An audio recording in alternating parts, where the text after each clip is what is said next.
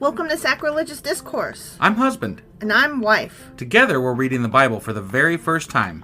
We grew up without religion and wanted to know what all the fuss was about. Well, what have we learned so far? That God is a dick, and apparently some people believe in talking donkeys? We're not trying to pass ourselves off as experts. Nope, we're just reading the Bible for the first time and giving our first take reaction. If you'd like to join us in this venture, you might consider starting at episode 1. Otherwise, jump in wherever you like. All right, let's go read the Bible. Yeah, let's get to it.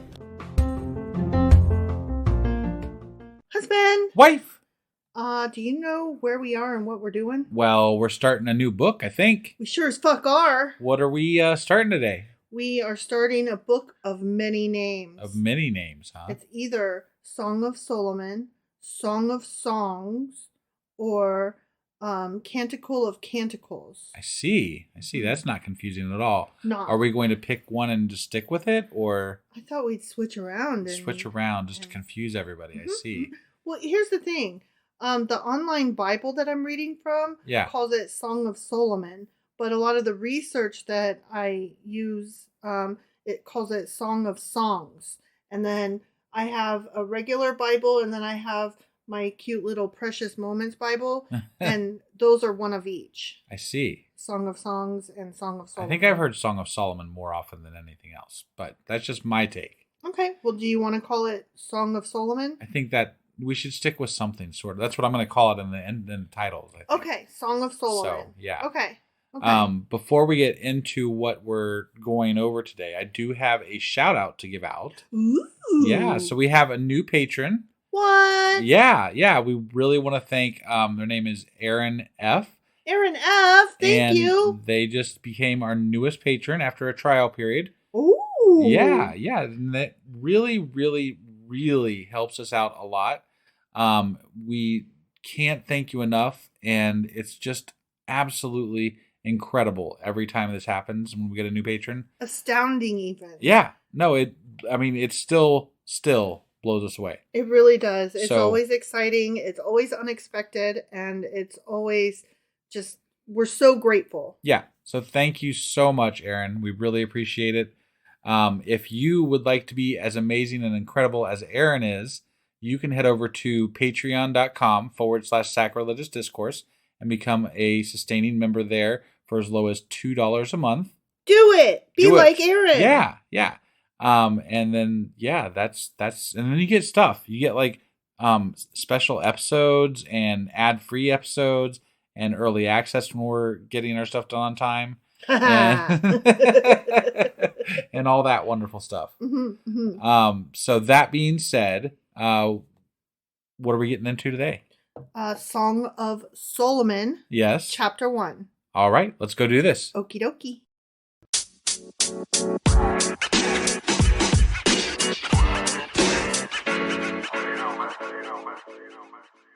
Okay, so chapter 1 of Song of Solomon. Okay. Now, since we're starting a new book, under normal circumstances, I would tell you a little bit about the book we're about to read, and then we would, start in. Sure. But I'm not going to because I'm just so excited. I want to see how it sounds before I tell you what to look for. And you'll understand once we're done and I tell you I'm going to tell you. Got it. Okay. Okay? Yeah.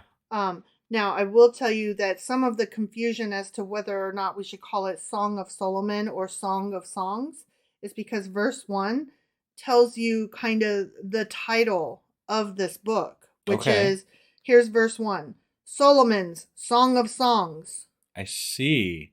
Okay? Okay, yeah. That's verse 1. Right. No, it's the title. I got it. Right. I got it. Okay. So, that's why it goes by both. Sure. Okay. Makes sense. I don't know where Canticles comes from. It sounds kind of Catholic to me. Okay. But I could be pulling that out of my ass.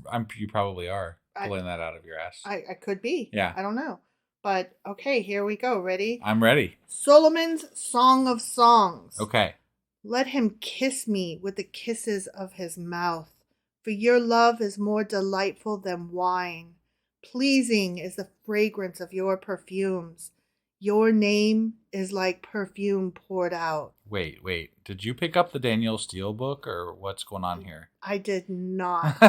And now do you understand? Like, I didn't want to give you any clue what was coming so that you would purely be like, what? Because if I explained what was coming, then you would know to look for it, and the shock wouldn't be as, what is happening? Right. Okay? Yeah. Okay. So I'm just going to continue now. Okay.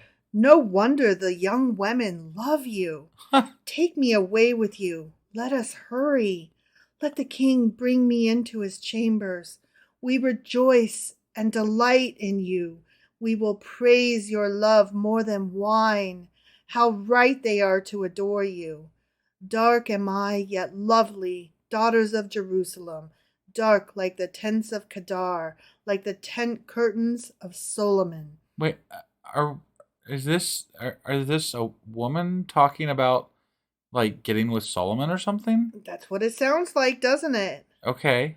Chicka bow wow. I'm like, but okay, all right, all right, yeah. Do not stare at me because I am dark, because I am darkened by the sun. My mother's sons were angry with me and made me take care of the vineyards. My own vineyard I had to neglect. Tell me, you whom I love, where you graze your flock and where you rest your sheep at midday. Why so should you can have a little tryst? Yeah, yeah. Exactly. Right. You picked that up good. Yeah. Yeah. Why should I be like a veiled woman beside the flocks of your friends? If you do not know, most beautiful of women, follow the tracks of the sheep and graze your young goats by the tents of the shepherds. I see. So this is a woman and a man going back and forth. Yeah. They about to hook up. I see. Okay. Yeah. I'm getting it. Okay. Yeah. Okay. I liken you, my darling, to a mare among Pharaoh's chariot horses. Your cheeks are beautiful with earrings, your neck with strings of jewels. We will make you earrings of gold studded with silver. That's what I got out of that is he's hung like a horse? No, this is him talking. Oh. That was him going back talking. And forth. He's saying your earrings are awesome. You so pretty. I'm sorry. I heard the horse bit and I was like... Fair. While the king was at his table, my perfume spread its fragrance. My beloved is to me a sachet of myrrh resting between my breasts. Oh. My beloved is to me a cluster of henna blossoms from the vineyard of En-Gedi. How beautiful you are, my darling. Oh, how beautiful. Your eyes are doves. How handsome you are, my beloved. Oh, how charming. And our bed is verdant. The beams of our house are cedars. Our rafters are firs. Oh, okay. Okay. Yeah. So they are meeting up. Right. The different things that they're discussing here at the end are outdoorsy. Okay. Sure. Their bed is basically leaves. Right. And the beams of their house are cedars. That's trees. Right. And their rafters are fir trees. This doesn't sound like it's I mean, is this sanctioned by God? Well, it's in the Bible. I'm just curious because if they're like having these little, meetups, flings and stuff. It's a fling, all right. And they're out in like barns and stuff. It doesn't sound like they're married. It sure doesn't. And then, so I gotta wonder if this is, like, okay. Okay, so let me I'm worried read you. For them, That was the entire chapter 1. Okay. Yeah. Let me tell you a little bit about this book now. Okay. That we've had a little taste. Song of Songs, also called Canticle of Canticles, Song of Solomon. It's an erotic poem. Oh, okay. Okay, not just a poem. An erotic poem. Okay. What the fuck is an erotic poem doing in the fucking Bible? Well, let's get there. Okay. It's unique within the Hebrew Bible in that it shows no interest in law or covenant or the God of Israel. What the fuck? Like, what the fuck? Nor does it teach or explore wisdom. Instead, it celebrates sexual love. Okay. I'm a little bit taken aback here. Right? Like, after all the shit that we've read about, the things that you're supposed to you walk the straight and narrow path, be upright, women are honey-lipped vixens, and now we're just talking about fucking random sex in a barn. hooking up. What the fuck? It doesn't. This doesn't make any goddamn sense. So the two lovers in this book, I'm just going on. Yeah, I'm that's fine. I'm a little blown away here. You feel insulted. I do. This is fucking bullshit. I'm so where's their God in this fucking erotic poem in the middle of the goddamn Bible? Nowhere. Nowhere. Fuck. The two lovers are in harmony, each desiring the other and rejoicing in sexual intimacy. I mean, look, I'm happy for them and all, you know? Mm-hmm, like, they are doing them. Like, maybe a lot, even. I'm not... This reminds me, honestly, of Lauren Boebert and her boyfriend getting down and dirty in the middle of the Beetlejuice musical. Is that what that reminds? This reminds... that Okay. You know why? Why? Because it's like, wait... Sex is fine. Making out is fine. Being a hoe is fine. We don't mind that. Right. What are you doing? You're a Bible girl, and this is a Bible story, and it doesn't go together. Maybe she's in a sect of Christianity that is like more about the Song of Solomon. Apparently. I don't know. You know. Apparently. I don't know. I guess. This is weird. Right? So the women of Jerusalem form a chorus to the lovers, and they function as the audience. So sometimes it'll be the woman talking to the man. Sometimes it'll be the man talking to the woman. And sometimes it'll be a chorus of women singing to them, like a refrain kind of thing. Okay. Yeah. Scholars differ in assessing when it was written, with estimates ranging anywhere from the 10th to the 2nd century BCE. And linguistic analysis actually suggests it was the 3rd century. Okay. All right. So... it sure. Still falls within there, but like definitely wasn't Solomon, you know? Right. In modern Judaism, the song is read on the Sabbath during the Passover, which marks the beginning of the grain harvest, as well as commemorating the exodus from biblical Egypt. And it really surprises me that they don't skip over it entirely. Right, yeah. I have no idea. But I don't know how you can read the Old Testament and then all of a sudden think that this is okay somehow. Hang on, let me pull up my Danielle Steele. Right, hold on. yeah. This is fucked up. Jewish tradition reads it as an allegory. Here's how they get around it. Okay, all right. It's not really a man and a woman having sex. Okay? Okay. It's an allegory of the relationship between God and Israel, because God wants to pull out his big God dick and he wants to sniff Israel's punani and fuck it hard. And Israel wants to open her legs and allow that big daddy God penis right up into her harder and harder and harder Christ. Until God and Israel climax and come together. Okay?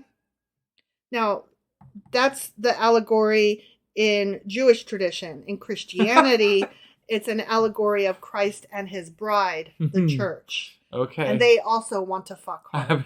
Apparently. And everybody smells good and trees are green. You know, I think people tried really hard to make this make sense in the context of the Bible. Yeah. That's what I think. It's not a fucking allegory, you guys.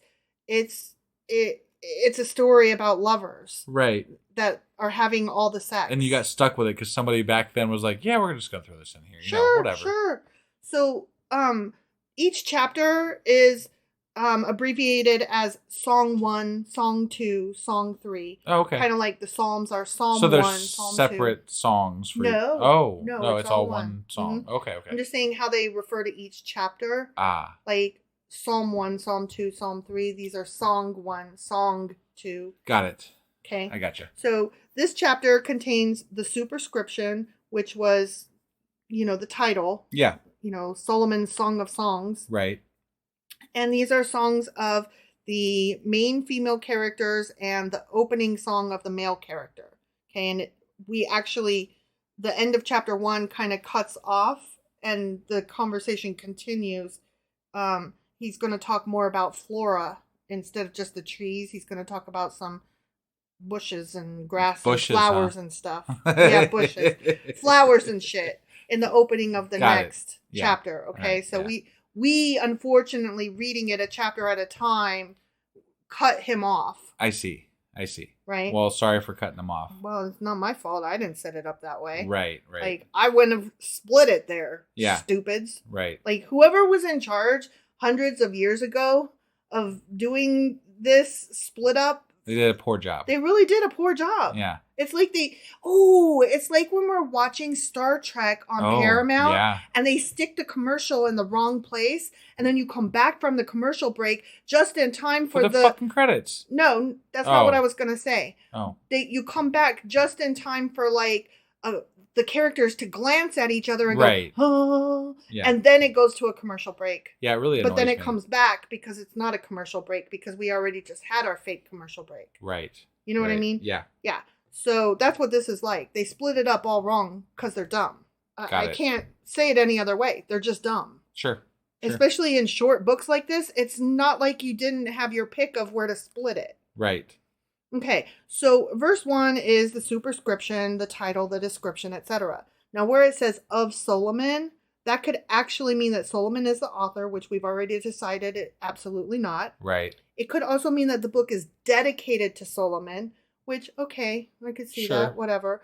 Or it was merely a part of the royal library. But deciding that it's an allegory is how they put it into the book and decided, yep, this is a piece of the Bible. But what happened was they find all of these documents and, they find them in different like caves, like the Dead Sea Scrolls and shit like that, like all these different codexes, and they're all from the same time period or whatever. And so when they put it all in the Bible, it's not necessarily like stuff that's all related to each other. As we've read many pieces that don't belong together in any way whatsoever. This one's just the most outlandish. Right. But it's basically all just different things that are like old shit. Got it. You know what I mean? I guess what really gets me is that apparently we've had a couple of thousand years to figure this out, right? At least. And we just stopped. But we just let it be what it is and didn't do anything else with it. But for the most part, we've apparently settled on this is the best version of God's word.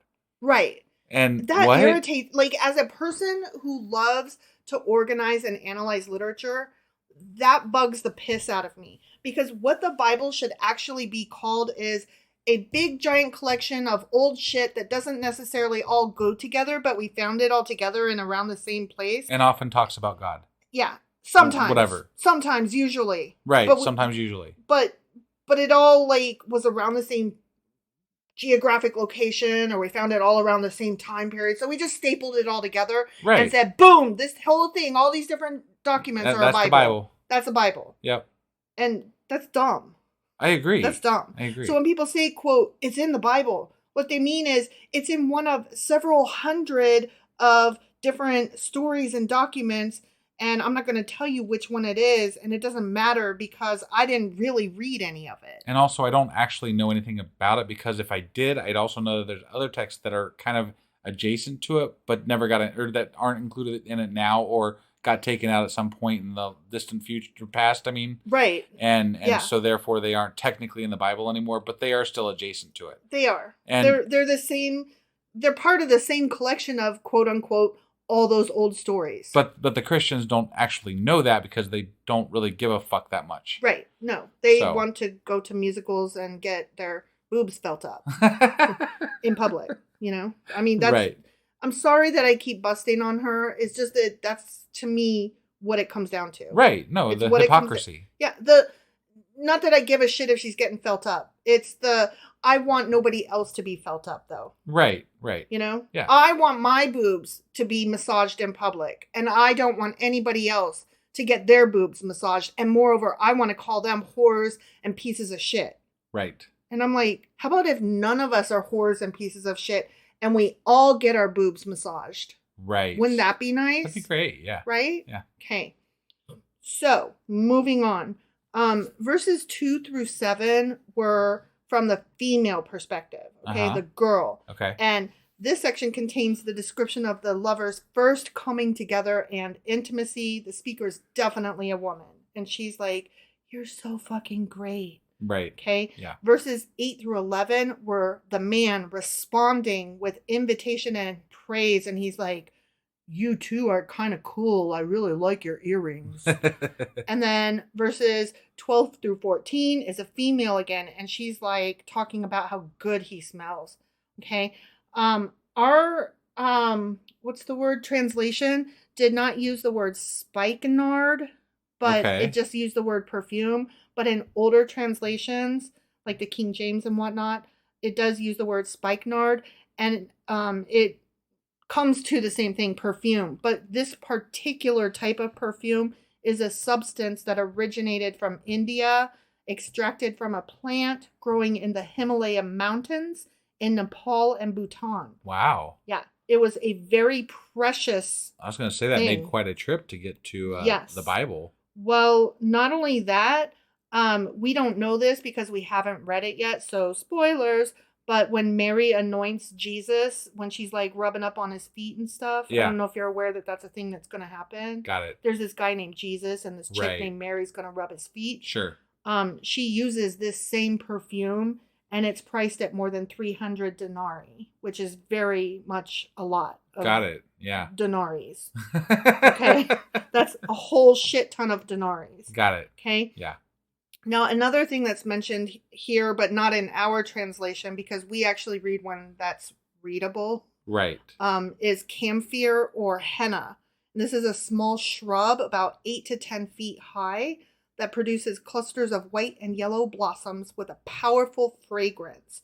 And it continues to grow in the Engedi area from ancient times until the modern era. Okay. So we can still find that bush today. Got it. And in case you were wondering, the Engedi is an oasis on the western shore of the Dead Sea. Okay. Okay? Yep. So then we get to verse 15, and that is the man saying, "My God, you're so fucking beautiful." Okay? Yeah. And then verses 16 and 17 finish it off, and she's like, "Love is paradise. You know, we're making love in all these fucking trees and shit." And barns. Yeah. Right. Well, it's not a barn. Oh. Okay? No, they're outdoors. Oh, okay. And you perfectly caught it when she was like, "Where do you graze your cattle at noon?" Because noon is when they take their siesta. Sure. Okay. Yeah. Like they do a midday nap because it's hot. Right. And so he was telling her, "This is where you need to go, and I will fuck you hard there." And so when they get there, it's just like trees, and it's beautiful. It's outdoors, and it's the perfect spot to lay down and fuck. Got it. And so the focus of the subject in these two verses is trees, and it provides a picture of the bed as a spreading of greenery and growth, and also a spreading of her fucking legs, if we're being honest. Right. Yes. So that is chapter 1. Okay. Of Song of Songs. Well, that Song of Solomon. That was quite a surprise to me. I thought it was, and I thought it would be more fun to do.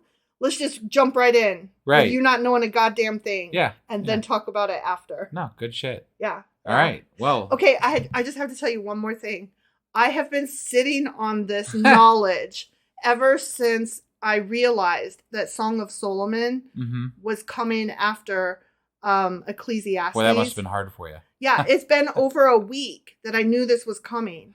And I couldn't say a goddamn word. And then when I was like reading about chapter 1, I was like, you're getting real excited, huh? And you kept asking me like, what is it called? And I had to just bite my lip and not say anything. And then when we were on the porch tonight, before we started reading, you asked me about it. And I was like, if you ask me about this one more time, I'm going to spill. And I was like so excited because I knew the sex was just about around the corner. And you know how I am about the sex in the Bible. Right. Very exciting stuff. Oh, God. Okay, so that was Song of Solomon, chapter 1. Sure as fuck was. And tomorrow we're going to be back with... Chicka bow wow, more sex from Song of Solomon, chapter 2. All right, we'll see you guys then. Bye.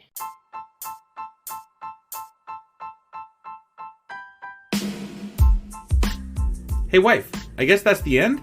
But husband, that's just sad. It doesn't have to be. We are on lots of social media platforms like Twitter. Our handle there is sacrilegious_D. For D's nuts. Oh my God.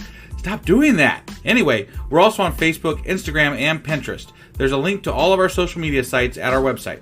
Ooh, we have a website? Yeah, it's sacrilegiousdiscourse.com, where you can also find a link to our merch shop. We have a merch shop? Yep, we have podcast-themed clothing, mugs, notebooks, and more, as well as an atheist and science-themed products. Wow, our fans should really go check that out right now. Definitely. They can get in touch with us by sending an email to sacrilegiousdiscourse@gmail.com. But before they do that, we could really use some help. Oh yeah? With what?